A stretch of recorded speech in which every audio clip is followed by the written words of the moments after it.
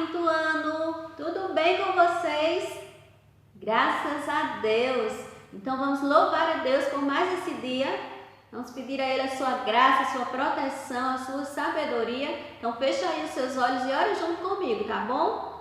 Senhor Deus, graças te damos por teu amor, por tua misericórdia e a tua bondade. Colocamos diante de ti esse momento. Que o Senhor derrame sobre nós a tua graça e a tua sabedoria. Te pedimos por aqueles que estão doentes, que estão sofrendo nesse momento, que o Senhor chegue com cura, que o Senhor seja o bálsamo na vida de cada uma dessas pessoas. Nos abençoe, nos guarda, em nome de Jesus. Amém. E então, estão lembrados qual é o nosso versículo da semana? Está lá em Salmos, capítulo 63, apenas o verso 3. Aqui a gente lê só o 3, mas aí, você vai ler o capítulo inteirinho, tá bom? Então, acompanha comigo aí, No Salmo 63, o verso 3 diz assim: porque a tua graça é melhor do que a vida, os meus lábios te louvarão. Olha que maravilha! A graça do Senhor é melhor do que a vida, por isso nossos lábios devem sempre louvar a Deus. Então fica aí com essa palavra, guarda ela em seu coração e não deixa de adorar e de louvar a esse Deus maravilhoso. Então vamos agora à nossa atividade, à nossa aula. Hoje nós teremos uma aula de ciências. Então pega aí o seu livro de ciências e abre na página 96 e 97. Hoje vamos estudar um pouquinho sobre o ciclo hidrológico. Tia, ciclo hidrológico é simples, o ciclo da água. Lembra? Então vamos estudar um pouquinho sobre o ciclo da água.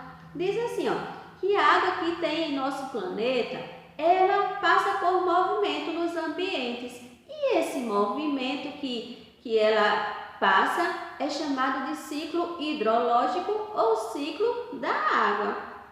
E que nesse movimento, olha só, envolve as mudanças no seu estado físico. Já parou para pensar? Então a água ela se movimenta.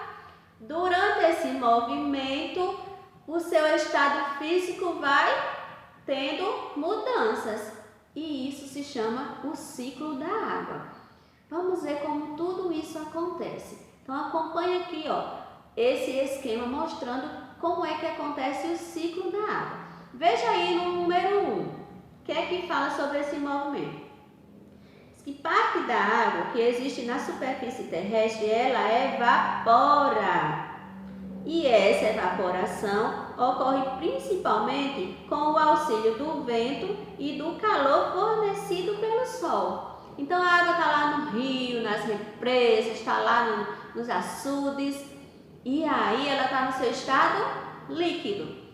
Com a ação do sol, do vento, as temperaturas altas, parte dessa água se transforma em vapor, ela evapora. Olha aí, a água se transformou, seu estado físico se transformou, passou do estado líquido para o estado de vapor, uma evaporação, a vaporização.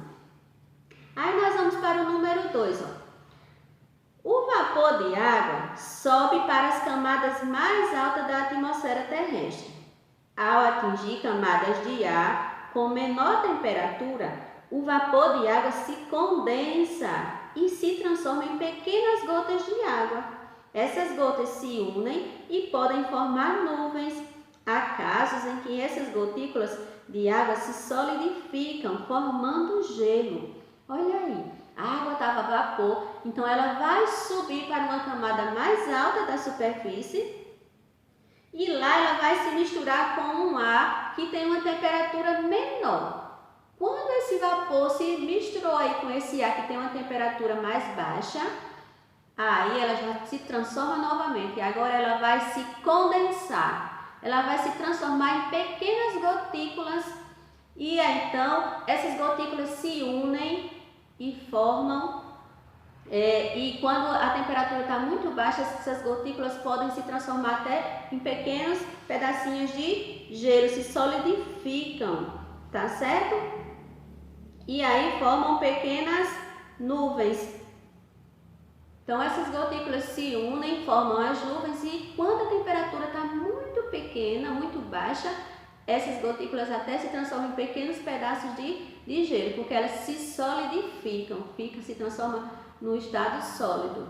Vamos agora ao número 3. O que é que acontece agora?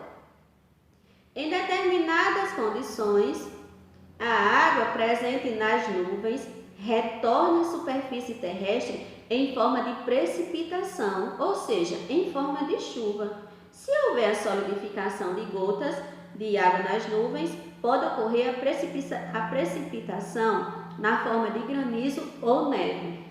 Então, a água estava lá, se condensou, se transformou em pequenas gotículas, as gotículas se juntaram, formaram as nuvens e agora as nuvens estão cheias de gotículas.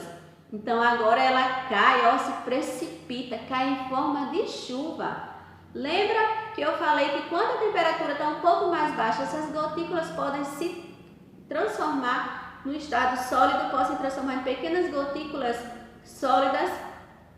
E aí, se essas nuvens estiverem cheias de gotículas sólidas, se precipitam em forma de chuva e aí vai cair o que? Granizo ou neve. Agora vamos ao nosso quarto passo aí.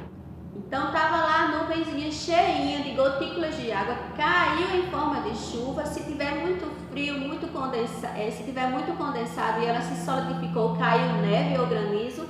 Agora sim, ao atingir a superfície terrestre, a água das chuvas pode recarregar fontes de água superficiais, como oceanos, mares, rios, lagos.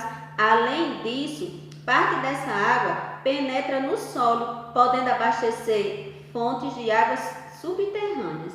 Então a nuvem estava lá cheinha, caiu tudo em forma de chuva. Então parte dessa água vai abastecer o quê? Os rios, os oceanos, os lagos, os mares. E outra parte dela pode ir para o subsolo.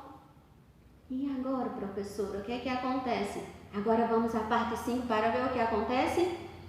Com o auxílio do vento, do calor fornecido pelo sol, parte da água da superfície terrestre evapora novamente e o ciclo se repete. Então agora começa tudo novamente.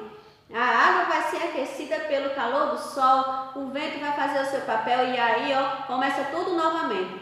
Evapora, quando chega lá se mistura com o ar, se condensa, formam as nuvens, cai em forma de precipitação, que é a chuva, enche os mares, os rios e começa tudo novamente. Viram como acontece o ciclo da água? Mas professora, os animais e as plantas, os outros seres vivos participam desse processo? Sim, as plantas e os animais também participam. E de que forma eles participam? Olha só, as plantas, elas absorvem a água através da raiz, não é isso? Então a raiz absorve toda a água ali e libera aquela água para o resto da planta. As folhas das plantas, por sua vez, elas liberam a água através da respiração e através também da transpiração. Então assim ela recebe a água, puxa a água lá do solo, distribui e libera novamente essa água através da respiração e da transpiração. E com os animais, professora, como é que acontece? Com os animais acontece semelhante. Os animais ingerem a água, agora a gente toma a água. E como é que essa água é liberada? Então, a gente pode ingerir água através de alimentos, através de bebidas ou a própria água in natura. E essa água é liberada através de suor, através da nossa transpiração também, através da nossa respiração, através das fezes, através da urina. E dessa forma, os seres vivos também participam desse processo, desse ciclo hidrológico. Viram como é que tudo isso acontece? Então, fica esperto e estuda, releia o conteúdo para que você consiga assimilar bem direitinho esse conteúdo, tá bom? Então, essa é a nossa aula. A atividade para casa vai ser uma atividade impressa que você possa caprichar, tá certo? E até a próxima. Tchau!